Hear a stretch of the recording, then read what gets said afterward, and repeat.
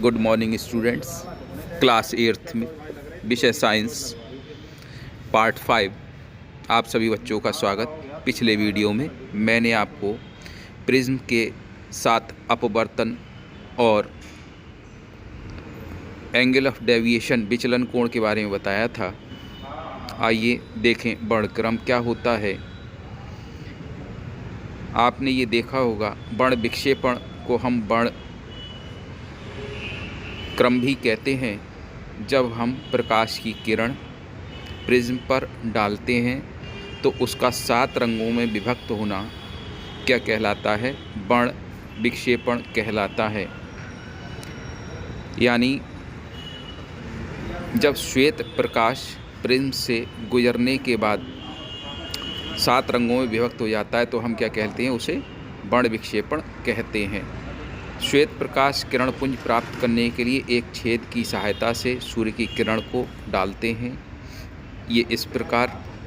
अब झर्री से आने वाले श्वेत प्रकाश पुंज को फलक B पर गिरने देते हैं और जैसे ही हम इस पे गिरते हैं तो उसके दूसरी तरफ 7 रंग हमें दिखाई देते हैं। प्रिज्म को इस प्रकार घुमाया जाता है जब तक इससे 7 रंग पर्दे पर न दिखाई देने लगें।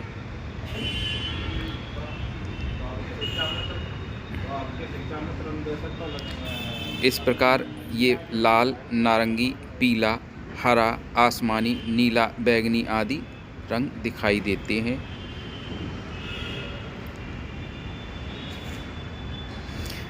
तो इस प्रकार इन रंगों का जो क्रम है वो है बैंगनी, जामुनी, नीला, हरा, पीला, नारंगी, लाल आदि।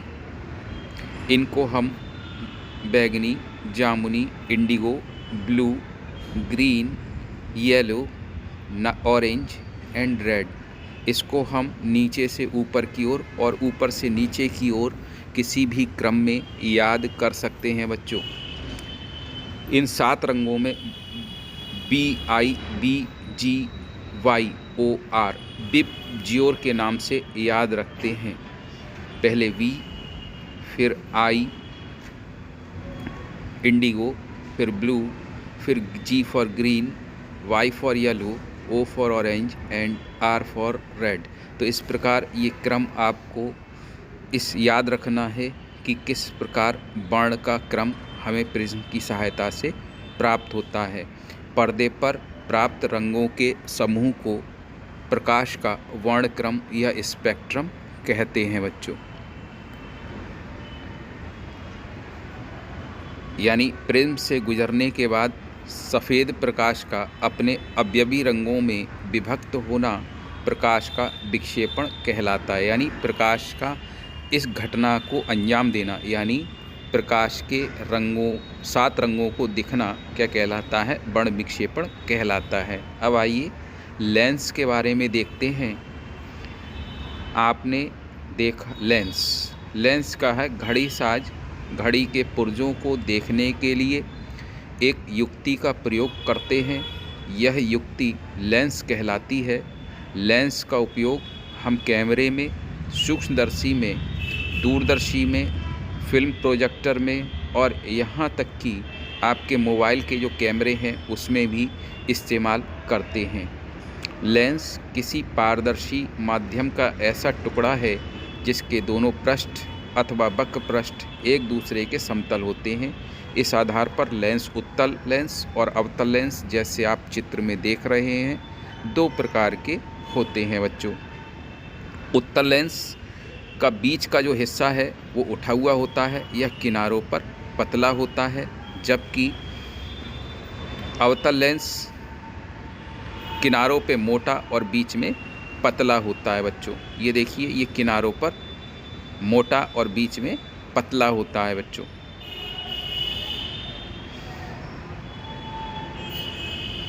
अब आइए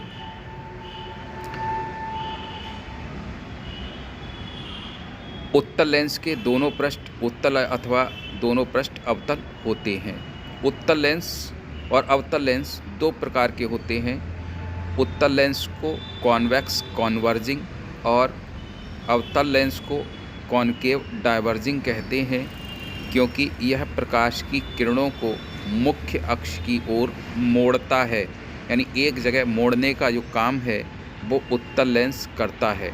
उत्तल लेंस और अवतल लेंस क्या करता है? प्रकाश की समांतर किरण पुंज को फैलाने का काम करता है, यानी मुख्य अक्ष से ये क्या करता है? प्रकाश की किरणों को फैलाता है, तो वह अवतल लेंस। और यदि मुख्य अक्ष की ओर समांतर किरण पुंज को यदि मोड़ रहा है तो वो क्या कहलाता है? उत्तल लेंस कहलाता है। उत्तल लेंस आपतित समांतर प्रकाश की किरणों को मुख्य अक्ष की ओर मोड़ता है, इसलिए इसे अभिसारी या कॉन्वेक्स लेंस भी कहते हैं।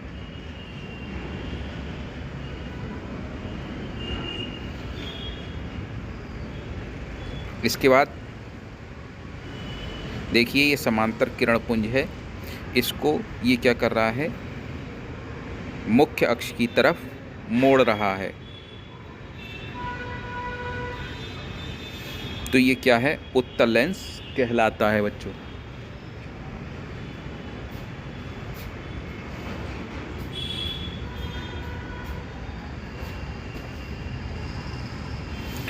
अब है अवतल लेंस।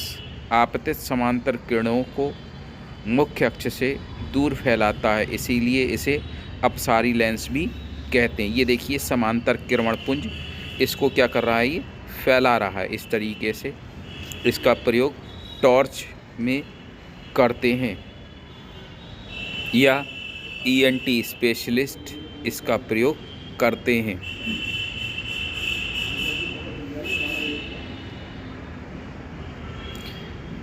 अपसारी को कॉन्वर्ज, वो डाइवर्ज, और अभिसारी को कन्वर्ज कहते हैं। लेंस से संबंधित कुछ महत्वपूर्ण तथ्य जो हैं, जो आपको दिए गए हैं, आइए समझते हैं। सबसे पहली चीज़ आती है वक्रता केंद्र और वक्रता त्रिज्या। वक्रता केंद्र लेंस को किसी गोले से काटकर बनाया जाता है। जिस भी गोले का ये केंद्र होता है उसे वक्रता केंद्र कहते हैं, और इन दोनों पृष्ठों को जब आपस में मिला दिया जाता है तो ये उत्तल लेंस बन जाता है। लेंस का प्रत्येक पृष्ठ जिस गोले का भाग होता है, ये देखिए, इन दोनों को जब हम मिला देंगे तो उत्तल लेंस बन जाएगा।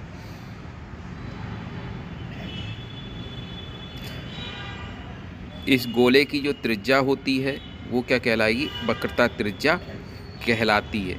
इसी प्रकार इस गोले के जब हम इस तरीके से लेंस का अरेंजमेंट करेंगे तो ये अवतल लेंस कहलाएगा।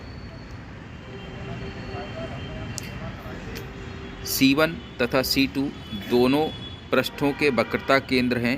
लेंस का प्रत्येक पृष्ठ जिस गोले का भाग होता है उसकी त्रिज्या वक्रता त्रिज्या कहलाती है। लेंस में दो वक्रता केंद्र और दो वक्रता त्रिज्याएं होती हैं, यानी क्योंकि हम लेंस बनाते हैं तो दो पृष्ठ होते हैं, एक गोले का पृष्ठ और एक दूसरे गोले का पृष्ठ। C1 और C2 को मिलाने वाली जो रेखा होती है उसे हम मुख्य अक्ष कहते हैं। अब आता है प्रकाशिक केंद्र। मुख्य अक्ष पर ऐसा बिंदु जिससे गुजरने वाली प्रकाश की किरणों में कोई विचलन नहीं होता प्रकाशिक केंद्र कहलाता है। ये देखिए, यहाँ से अगर प्रकाश की किरण आएगी तो उसमें कोई डेविएशन नहीं होगा। यहाँ पर O जो है प्रकाशिक केंद्र कहलाता है बच्चों। अब आता है मुख्य फोकस या फोकस। प्रकाशिक केंद्र के बाद आता है मुख्य फोकस या फोकस। प्रकाशिक केंद्र क्या है? लेंस के अंदर होता है, यहाँ से गुजरने वाली प्रकाश की किरण में कोई अंतर नहीं होता। मुख्य फोकस मुख्य अक्ष पर ऐसा बिंदु होता है जिससे आने वाली या आती हुई प्रतीत होने वाली किरणें लेंस से निकलने के बाद मुख्य अक्ष के समानांतर हो जाती हैं। ये लेंस का प्रथम फोकस या फोकस भी कहलाता है, यानी जो किरणें आ रही हैं वो जिस बिंदु पर मिल रही हैं। उत्तल लेंस के केस में क्या होगा? वो मिलेंगी, आके इस तरीके से मिल जाएंगी ये, अवतल लेंस के केस में क्या होगा, जो समानांतर किरणें हैं वो क्या होंगी, एक बिंदु से फैलती हुई दिखाई देंगी। तो जिस बिंदु से आती हुई प्रतीत हो या वास्तव में मिल रही हों, वो क्या कहूँगी, मुख्य फोकस कहलाएगा। उत्तल लेंस के केस में ये वास्तव में मिलेंगी और अवतल लेंस के केस में ये मिलती हुई प्रतीत होंगी बच्चों। ये इसका मुख्य अक्ष है। ये मुख्य फोकस बिंदु को F से दिखाया गया है क्योंकि समानांतर किरणें इसी बिंदु पर आकर मिल रही हैं। फोकस तथा प्रकाशिक केंद्र के बीच की दूरी को फोकस दूरी कहते हैं। ये प्रकाशिक केंद्र है और यहाँ से मुख्य फोकस तक के बीच की जो दूरी है ये क्या कहलाएगी, फोकस दूरी कहलाएगी। अब लेंस से प्रतिबिंब बनने के कुछ नियम हैं, आइए उनको भी देख लेते हैं। प्रकाशिक केंद्र से जाने वाली प्रकाश की किरण अपवर्तन के बाद बिना मुड़े उसी दिशा में निकल जाएगी बच्चों। मुख्य अक्ष के देखिए, जो प्रकाश की किरण प्रकाशिक केंद्र से आ रही है वो क्या होगी, सीधी अपवर्तन के बाद चली जाएगी।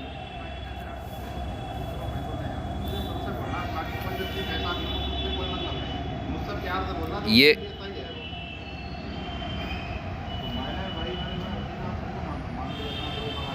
ठीक है। अवतल लेंस और उत्तल लेंस दोनों की स्थितियों में ये बात लागू होती है। मुख्य अक्ष के समानांतर आने वाली प्रकाश की किरण है, अपवर्तन के बाद जिस बिंदु पर मिलती हैं वास्तव में या मिलती हुई प्रतीत होती हैं, वह बिंदु क्या कहलाता है, फोकस कहलाता है। यानी मुख्य अक्ष के समानांतर जो भी किरण आएगी वो फोकस से होकर गुजरेगी, या मुख्य अक्ष के समांतर जो किरण आएगी वो फोकस से गुजरती हुई प्रतीत होगी, तो वह अवतल लेंस के अंदर आपको समझ आएगी बात। इस तरीके से इस वीडियो के बाद मैं हाथ से भी इनको खींचकर प्रतिबिंबों को बताऊंगा बच्चों। अब देखिए, मुख्य फोकस से जो किरण गुजरेगी वो अपवर्तन के बाद मुख्य अक्ष के समानांतर निकलेगी। उत्तल लेंस और अवतल जो किरण मुख्य अक्ष के समांतर आ रही थी वो फोकस से जा रही थी, लेकिन जो फोकस से आ रही है वो क्या होगी, मुख्य अक्ष के समानांतर हो जाएगी। ऐसे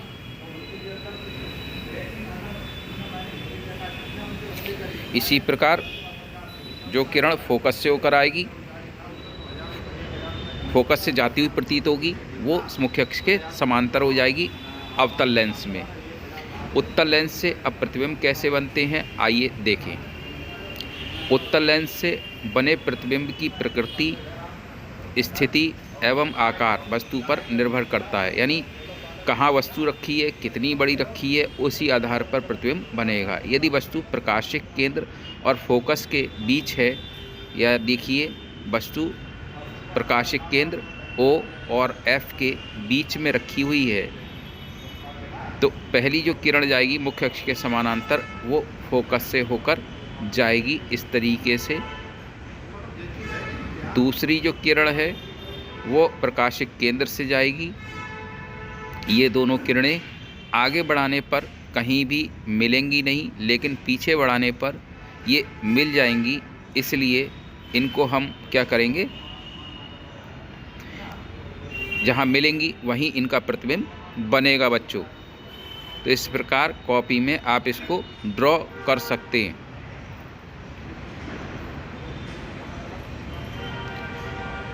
वस्तु का जो प्रतिबिंब है वो सीधा, छोटा और वास्तविक बनना है।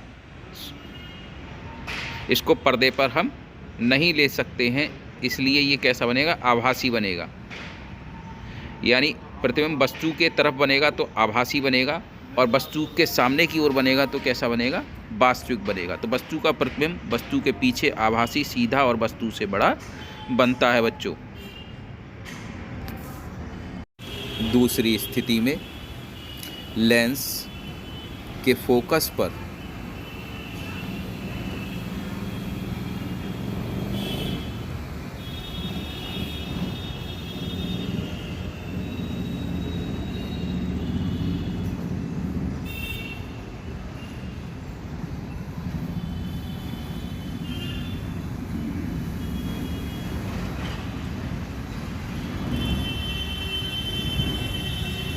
इसको बनाने के लिए आगे देखते हैं। जब वस्तु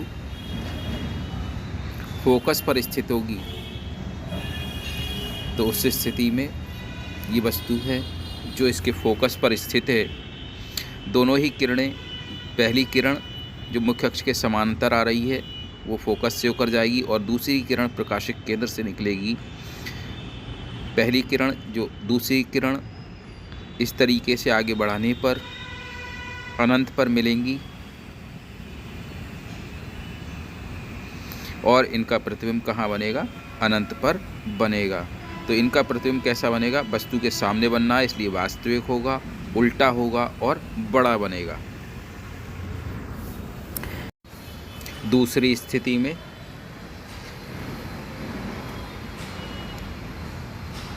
लेंस के फोकस दूरी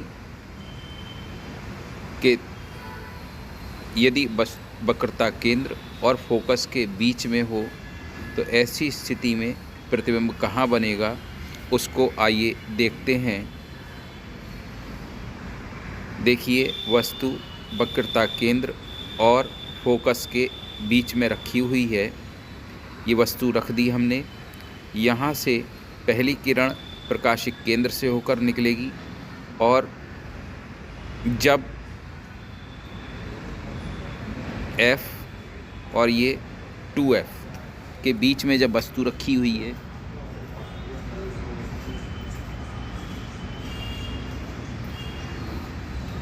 तो वस्तु का जो प्रतिबिंब है वो उल्टा बनेगा और वस्तु से दूर बनेगा, वास्तविक होगा।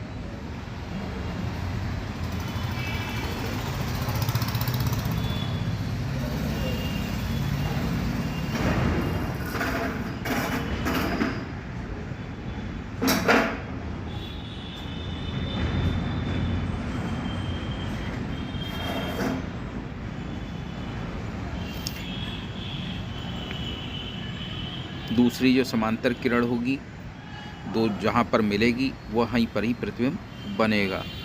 तो फोकस दूरी से अधिक बनता है 2F से और वास्तविक होता है, उल्टा बनता है और बड़ा बनता है।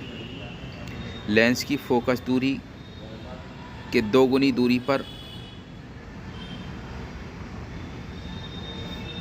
दोबारा इसको समझ लेते हैं। देखिए कैसा बनना है, बड़ा बनना है और 2F से दूर बनना है। लेंस की फोकस दूरी के दुगनी दूरी पर अगर रखा है यानी वक्रता केंद्र पर रखा है तो ऐसी स्थिति में जो प्रतिबिंब बनेगा वो दुगनी ही दूरी पर बनेगा, वास्तविक होगा, उल्टा होगा और वस्तु के बराबर बनेगा। बच्चों,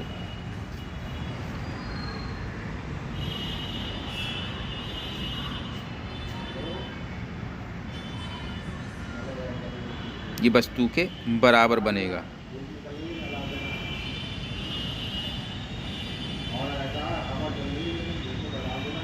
अब यदि दुगने से अधिक दूरी पर रखा हो तो प्रतिबिंब कैसा बनेगा? पहली जो किरण जाएगी वो फोकस से होकर गुजरेगी और दूसरी प्रकाशिक केंद्र से होकर गुजरेगी। इसको जब आप बना के देखेंगे तो वस्तु से छोटा बनेगा, वास्तविक होगा। ये देखिए वस्तु के आकार से छोटा है।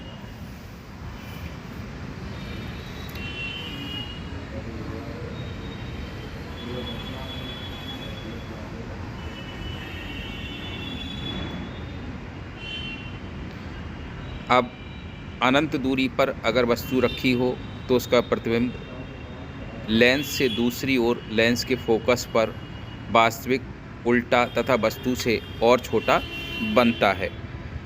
अनंत से आने वाली किरणें फोकस पर आकर मिलती हैं। ये देखिए किरणें आ रही हैं और ये फोकस पर आकर मिल रही हैं, तो प्रतिबिंब कैसा होगा? वास्तविक होगा, उल्टा होगा और छोटा होगा।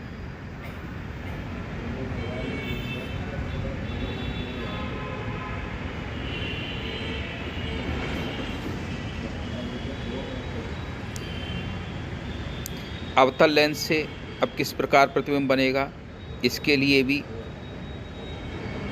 आपको नियम वही याद रखने हैं जो अभी बताए गए थे। अनंत पर अगर वस्तु रखी है तो वो फोकस पर मुख्य अक्ष के समानांतर आएंगी तो कहाँ मिलेंगी, अपवर्तन के पश्चात मिलती हुई प्रतीत होंगी, लेकिन वास्तव में वो क्या होती हैं, फैलती हैं। देखिए ये फैलती हुई दिखाई गई हैं, लेकिन ये क्या होगा, मिलती हुई प्रतीत होंगी पीछे बढ़ाने पर। इसलिए इनका जो प्रतिबिंब होगा वो क्या होगा, आभासी होगा, सीधा होगा और छोटा होगा। प्रतिबिंब कैसा होगा, आभासी, सीधा और छोटा होगा। यदि वस्तु को अनंत से लेंस की ओर खिसकाया जाए तब क्या होगा, यानी f और 2f के बीच में रखा जाए तो प्रतिबिंब की स्थिति कुछ इस तरीके से होगी।